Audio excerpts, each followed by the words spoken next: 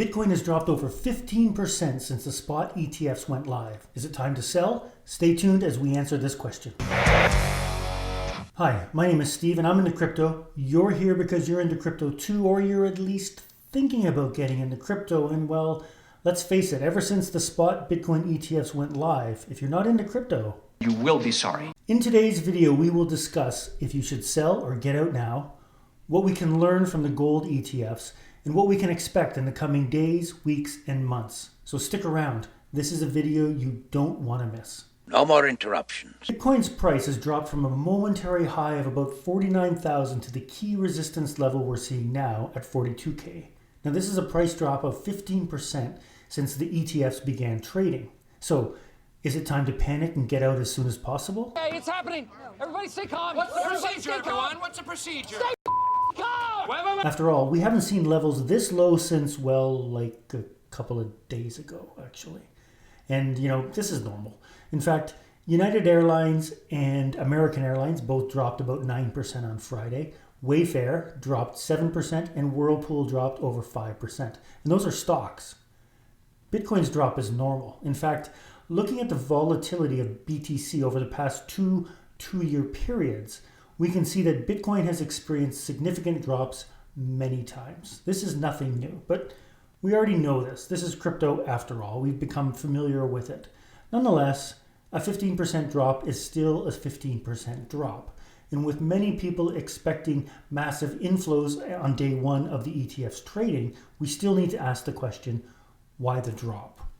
Well, it could be any one of the following, or maybe all of the following three reasons. Number one, miners have been selling BTC as the outflow from miners reached a 6-year high of over $1 billion of BTC was sent to exchanges. So why would they do this? Well, this is essentially because of the upcoming halving event. After the halving, which occurs in approximately 95 days, the block rewards miners receive will be cut in half. And with it, the margins they will make. Now, in order to offset the short-term loss they'll experience, miners are starting to sell Bitcoin in order to shore up the fiat they'll need to pay for their expenses until the halving event occurs and prices adjust.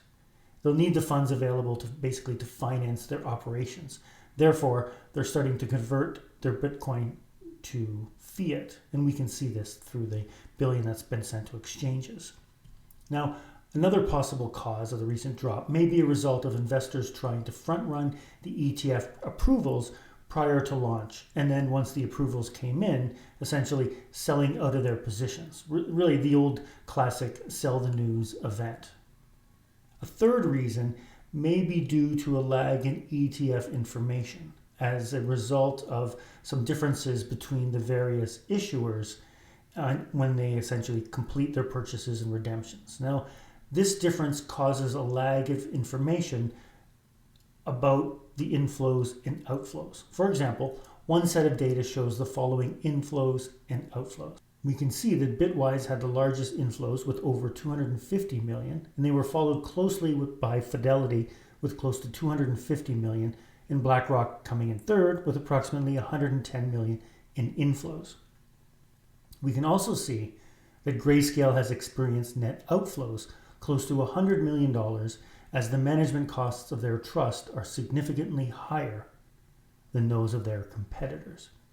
Investors are essentially cashing out, and we can likely expect this to occur for some time.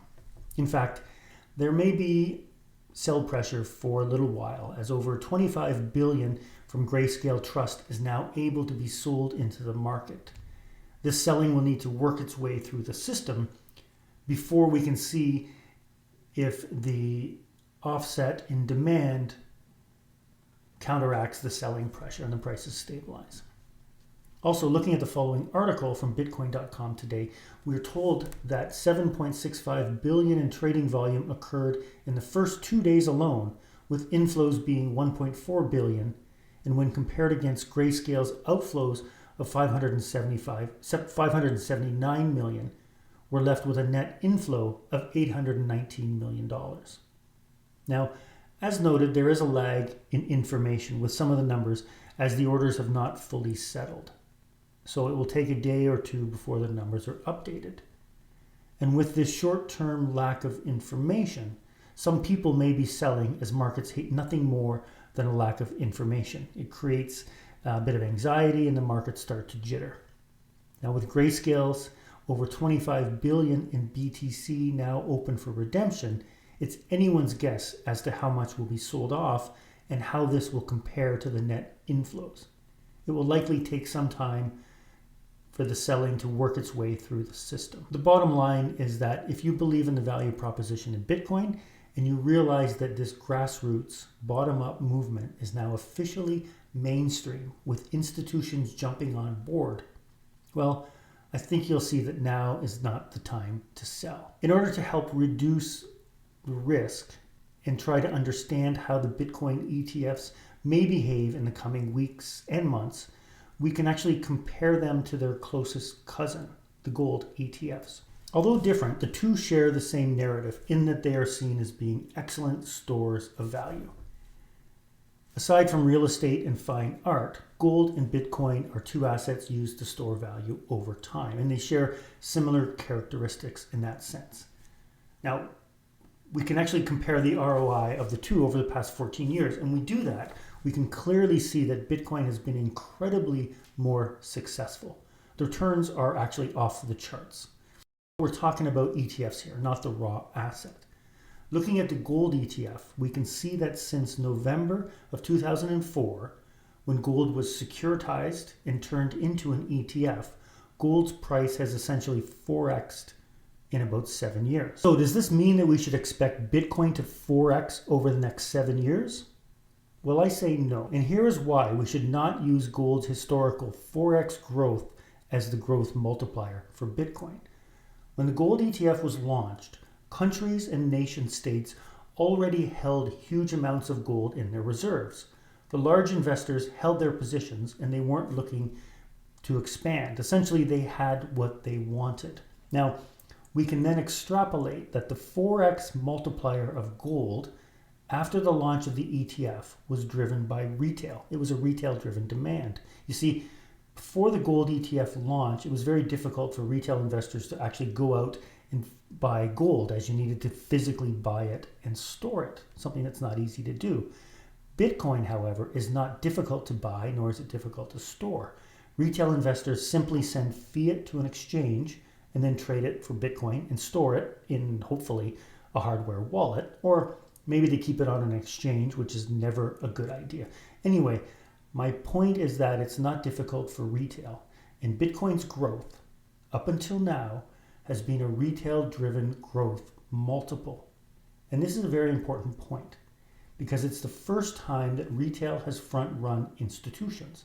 Bitcoin is, after all, a grassroots, bottom-up revolution. It wasn't driven by institutional investors. Bitcoin's ETFs are actually the inverse of gold's ETFs in terms of investors, as it's the big money, the nation states and institutions who are chasing it, not retail. It's the retirement accounts, the pension funds, the Fortune 500s, and the 401ks that will flow in over the next 7 years. Big money has to follow the early retail investors. Now, it's important to remember essentially the 4 steps. And the first one is, at first they ignore you. They see you as us as a bunch of nerds in basements sending Bitcoin to each other when Bitcoin is worthless. Nobody cares. It's just a silly idea. It will disappear, but it never disappeared. We then move to step 2. They laugh at you. They view us as a bunch of nerds and new foolish investors that are putting their money into the next Ponzi scheme, sending Bitcoin to each other. It's a modern day digital tulip craze, and it will end badly, except it never ended, which puts us in phase 3. Then they fight you. They see you as, oh man, this thing hasn't died yet. It seems to be getting stronger. We need to kill it. We need to put retail in its place.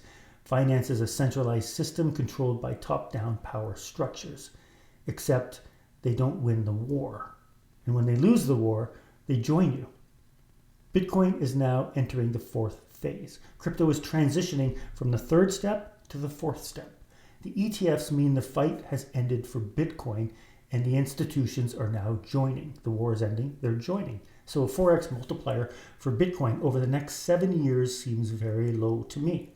In fact, 10x and 20x multipliers that have been thrown around seem a little bit more realistic. Our base case is in the $600,000 range. Our bull case, and we think the probability of the bull case has increased with this SEC approval. This is a green light. Our bull case is $1.5 million by 2030. In summary, I think it's safe to say the future looks bright for those holding Bitcoin and for those who are in crypto like you and like me. What do you say? Do you agree with what I'm saying in this video? Do you think now is a good time to hold Bitcoin? Let me know in the comments below. And as always, I really appreciate a thumbs up. It can really help a small channel like this. As always, thank you for watching. Be kind, stay safe, and keep learning how to live in crypto.